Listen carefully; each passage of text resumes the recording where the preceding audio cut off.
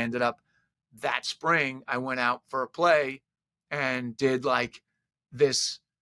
I mean, it wasn't even at the theater at BC. It was like in a lecture hall. It was a one act play called Hello Out There by William Saroyan. It was in a lecture hall. It was, I think, a 1 or 2 night performance, 1 or 2 night run.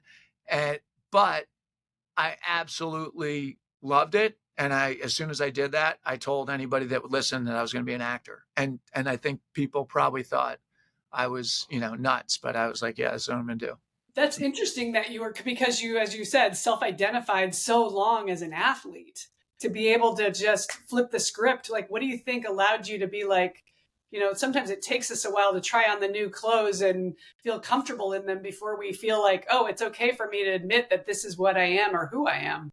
I I think for me, shedding that identity was harder than picking up the new one because that was like a lifetime of sports and hard work and time put in and sweat and everything, and just kind of like a whole fraternity of lacrosse, like it was a whole thing. I was kind of always searching. So I think when I finally did that play, it was like it checked off all these boxes of like it was physical, it was psychological, it was emotional, it was social. It just did all these things that I liked all in one.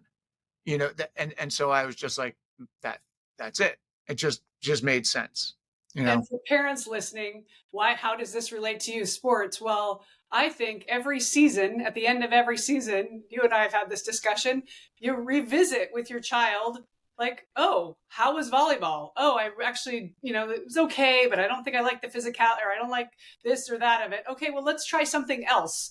And you trying on different coats, even at 22, 23, right? We're all always doing that. And it's okay to pivot.